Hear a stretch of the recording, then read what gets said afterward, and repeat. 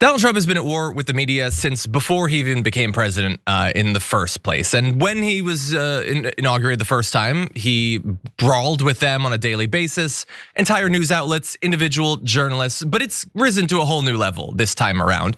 And so they're cracking down in what some would say is an authoritarian fashion on the free press.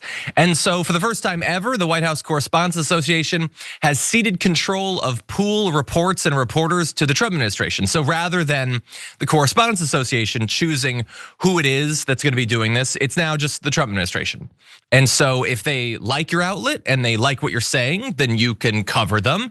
If they don't, either you don't use one of their stupid propaganda culture war terms, or maybe if you tweet something they don't like, well then you're gone. You've been locked out by the government. So that's really fun.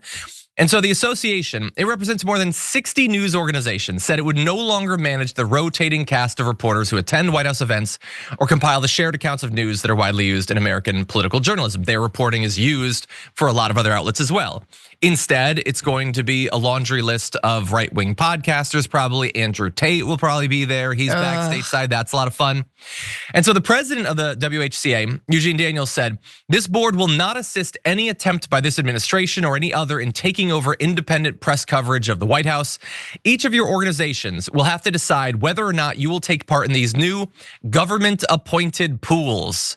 Well, it's feeling like nicely like Hungarian around here these days. Oh yeah, but anyway, real North Korea vibes. A little bit North Korea as well. The WHCA, quote, cannot ensure that the reports filed by government selected poolers will be held to the same standards that we have had in place for decades. And of course, they will not. They will be held to certain standards of loyalty and compliance, submission, whether you do basically press releases for the regime. And by the way, not to say that like, the pool of reporters that's been covering the White House has always been awesome and has always asked the sort of questions we would want them to ask, has focused on the topics we'd want them to focus on. But at least in theory, there was like ethics, or like some of them at one point had cared about journalism. That's done now. And so that's the first blow against the media over the last day. And by the way, the courts have already basically paved the way for this. They said, yeah, you banning the AP because they won't call it the Gulf of America exclusively. Yeah, that's cool. The courts have given a rubber stamp and a big thumbs up to that, which is very fun. And it's not just in the pool of reporters that he's doing this war on media. At the cabinet meeting, the gathering of billionaires yesterday, he said, I could have lost the election because of that. The CBS 60 Minutes Harris interview. Which, by the way, we've already seen the full transcript. The claims that he was making about them cutting up or changing answers, it's just not true. It's just not true. And so he believes that they, I guess, cost him the election that he won. I don't know. And he wants them to pay $20 billion or so, $10 to $20 billion he wants. And the thing is, his claims are utterly baseless. But if you think that means they're not gonna pay him, not $20 billion, obviously, but God knows how much. Have you been paying attention to what's been happening recently? Everybody's settling baseless BS lawsuits left and right. They're handing over money to him, not because they have to by the law, but because they have to because of the mob rule that our government has now become. If they don't hand over massive amounts of money to him, not his campaign, this is literally money to his bank account or his presidential library or whatever, then God knows what will happen to CBS News from here on out. And so they either potentially, I don't know, lose their broadcast license or lose every remaining shred of credibility that they have. And likely a bunch of their employees and reporters will quit. And they should in that case, but they're put in a very difficult position, which the media always is in authoritarian regimes. And so we have more on this, but Francesca, please weigh in. I mean, I have a little bit of a different take because I do think that an organization like CBS could absolutely fight back. I mean, if anyone has the funds to do so, it is going to be these multinational conglomerates. It's that they don't want to, right? I mean, we've said this before, but like the oligarchy is complete. The line in the sand has been drawn, and they would rather just pay up and get in good with the president, who is really open for business. Whatever new aims that the CEOs of these companies have, whatever they want to get into, maybe it's defense contractors. Who knows? Everyone's big on defense these days. Maybe it's AI. And so I do think that look, with all things, I think it's important to remember that like Donald Trump dismantling everything teaches us something about what was before, right? White House press correspondents pool was actually fairly, I mean, obviously they're not gonna necessarily let TYT in, but they did have a rotating number of diverse outlets, of actual reputable outlets.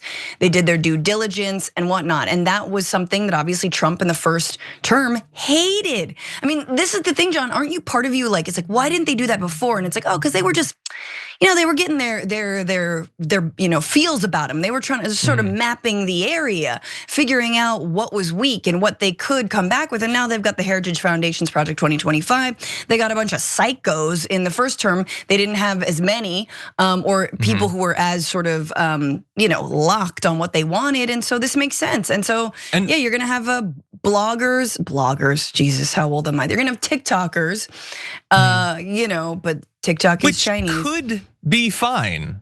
But again, this is about loyalty. This isn't about like, oh, we're not just gonna have the newspapers and cable news. We're gonna have, let's see, we'll get 2 sort of leftist TikTokers, 2 right-wing No, that's not what they're gonna do. We know that. This is not just a shift to new media. This is a shift to right-wing media, which again, the right-wing independent media is Fox News. That's all it is. The disagreements between them are utterly meaningless. It's the same thing. It's not independent when both are paid for by the same billionaires. It has yes, okay, Ben Shapiro's in a slightly crappier studio than Jesse Waters, I suppose. It's the same thing serving the interests of the same people. Exactly. And so please, let's destroy the myth of independent right-wing media. It does not exist. Can I just really quick plug, because on my other show, not that this is my show, but you know what I'm saying, it kind of is, because like that's how long. That's why people are here. That's why people are here, and I love you. But no, on America Unhinged on Tuesday, we interviewed Brian Karem, who's been part of the White House press pool for decades now. And he like studied under Helen Thomas or was friends with her, and like he's excellent. He was responsible for asking some of the toughest questions of Trump his first go around. And so he had a great sort of insight into explaining, like what goes into being part of this press pool and why it's so unprecedented to handpick who is now reporting on you. Yeah. Look, it's utterly ridiculous. And like, can you imagine if like President AOC is like, you know what? I didn't like Jesse Waters' monologue about straws, and so Peter Doocy, you're not only banned, but we're locking you up in the basement of the White House. And I felt like they kind of cut up my interview when they played it on Hannity, and so I'm suing Fox News for $20 billion. Again, like we're never gonna have this sort of madness on the other side, and I'm glad that we won't. But that is what we're talking about here. It's the billionaire playbook. Really quickly, you know how Gawker was sued out of existence by Hulk Hogan and Peter Thiel. That's the playbook. We're gonna sue any smaller organization out of existence or bigger organization. Exactly. And by the way, and the right wing loves every bit of this. Again, they desperately want government, actual censorship, not like a social media platform is like, hey, you can't use racial slurs, which is not censorship. That's literally not what the First Amendment is. They want the government to be infringing on your right to free speech, your right to free association, the right of the free press. Actual literal censorship is what they desperately want. And with that said, let's turn to, we have the media that's willing to fight them or whatever. We'll just briefly bring up Graphic 6. Him saying that, I think he's mad because of like Michael Wolff's book or whatever. He's gonna sue publishers, authors, and quote, the media in general. He's gonna sue media, like the concept of media. And I don't know what you call this, I call it free speech absolutism, and you love to see it. Members make a difference here at TYT. You help make the show happen, and we see you in the chat with your loyalty badge. Click the join button to become a member today.